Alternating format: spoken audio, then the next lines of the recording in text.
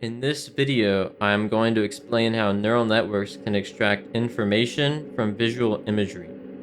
Before this video starts, I want to let you guys know that only about 0.1% of my viewers are subscribed, and I'm trying to reach 1,000 subscribers by the end of the year, so please consider supporting the channel. Now on to the video. Before we go into the science behind convolutional neural networks, I would like to give some history regarding AI in general.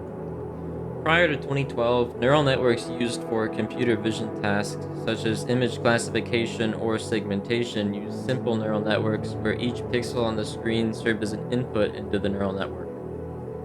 But in 2012, everything changed after a 10% increase on accuracy was achieved on the ImageNet Large Scale Visual Recognition Challenge, or ILS-VRC.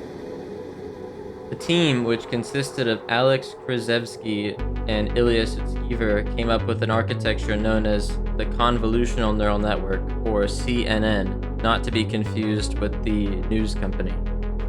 With convolutional neural networks, the layers themselves, or at least the first few layers, can involve the input image with a matrix of numbers known as a kernel. The numbers within the kernel are chosen by the neural network to extract specific details about the image, which are then fed into a classic neural network to do the segmentation or classification tasks. What you are seeing on screen is a visual representation of one of the first convolutional neural networks developed in 2012. You can see how several kernels are used to extract specific details from the image, which are then fed into the rest of the network. So how can we visualize what a neural network sees? Well, fortunately, the convolution operation is not only used with neural networks, it is also used with visual effects. In this clip, I applied a visual effect which stylizes the edges of objects within the frame. Behind the scenes of this effect, a mask is created by convolving each frame with an edge detection kernel, which is then used as a mask to apply the effect to the image.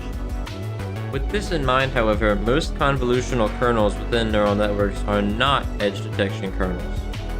As a matter of fact, the convolutional kernels which are chosen by the neural networks are most often completely different from one another, so one neural network could view its environment much differently from a network trained slightly different.